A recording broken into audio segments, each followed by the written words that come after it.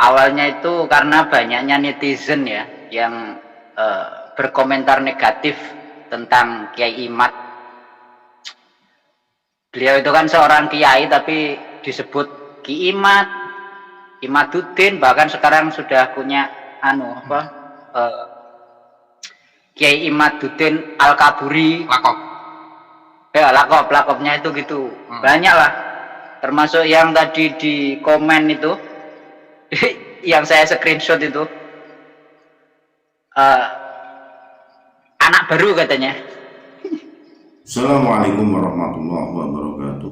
Sedulur sebangsa dan selain jumpa lagi di channel Jagadul itu, semoga dalam keadaan sehat tak kurang sapa rahmah barokah salam Allah curahkan untuk kita semua menyimak antara Gus Jazuli dan Al-Kimi terkait dengan bagaimana kita memosisikan Kiai Haji Imaduddin Usman Al-Bantani terkait dengan tesis tulisan-tulisan beliau terkait dengan nasab Alawi. Tentu kita akan mendudukkan beliau Kiai Haji Imaduddin Usman Al-Bantani sebagai pengumpul sebuah tulisan yang diambil dari referensi kitab-kitab nasab, ya, sehingga beliau berani memunculkan tulisan-tulisan hasil daripada mengkaji beberapa kitab nasab, dijadikan sebuah tulisan, disampaikan lewat media sosial. Ini bentuk pembelajaran oleh Kiai Haji Imaduddin Usman Al-Bantani, sekelas beliau Kiai muda berani menabrak benteng kokoh Robitoh Alawiyah yang notabene sudah berdiri sejak 1928, ya, diakui bahkan oleh kiai-kiai Nahdlatul Ulama, diakui oleh masyarakat Indonesia sebagai dzurriyyah Rasulullah SAW. Mereka terkaget-kaget manakala seorang kiai muda Nahdlatul Ulama, ketua RMI Nahdlatul Ulama Provinsi Banten, anggota LBM PBNU, berani menyampaikan itu, menabrak benteng kokoh Robitoh Alawiyah yang dibangun sejak 2 tahun setelah NU berdiri.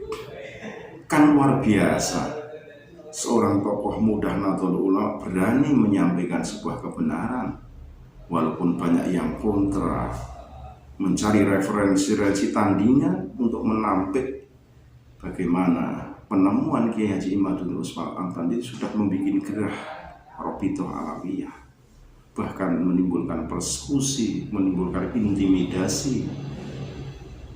Contoh saja dalam sebuah perhelatan mengundang seorang kiai yang notabene menyuarakan tentang nasab Alawi, diintimidasi untuk tidak menyampaikan ceramahnya terkait dengan Habib. Nah, hal-hal inilah yang membuat Kiai Haji Imaduddin semakin terkenal di bumi Nusantara ini terkait dengan tulisan beliau yang berani menabrak Robitoh Alawiyah.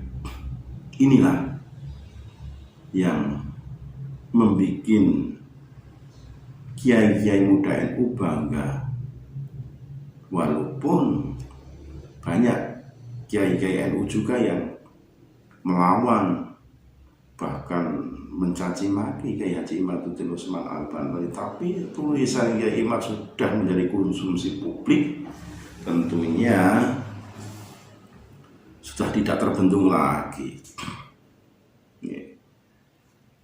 Final sudah menyampaikan Kiai Haji Imaduddin Usman Al-Bantani terkait dengan nasab Alawi. Ini ada pembahasan mengenai debat jilid 2 yang diprakarsai oleh Said Mudakori. Ya monggo, tapi saya melihat tulisan Kiai Haji Imad itu sudah final. Nah, final itu final sebatas seperti apa yang tahu ya Kiai Imad itu sendiri. Tapi manakala kok nanti dalam debat itu mau hadir memberikan presentasi ya, terkait tulisan-tulisan beliau, ya akan lebih baik gitu kan, untuk mengisbatkan nasab Pahlawi. Perkara taslim dan tidak itu ya nanti tergantung situasi dan kondisi dalam saat diskusi tersebut.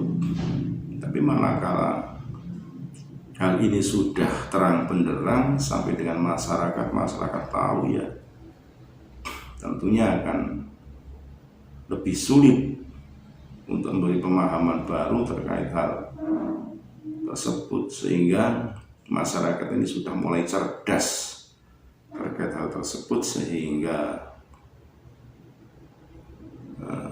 mereka-mereka yang selama ini senang, ini oknum ya, senang meminta-minta, memaksa ini dan itu, kalau tidak sekian tidak, ya, bahkan bahasanya nyepatani, ya, berani dengan ahlul bait, berani dengan dzurriyyah Rasul dan sebagainya, kualat, banyak sekali cacian ya, diterima oleh masyarakat awam terhadap hal itu, bahkan meminta sampai dengan memaksa.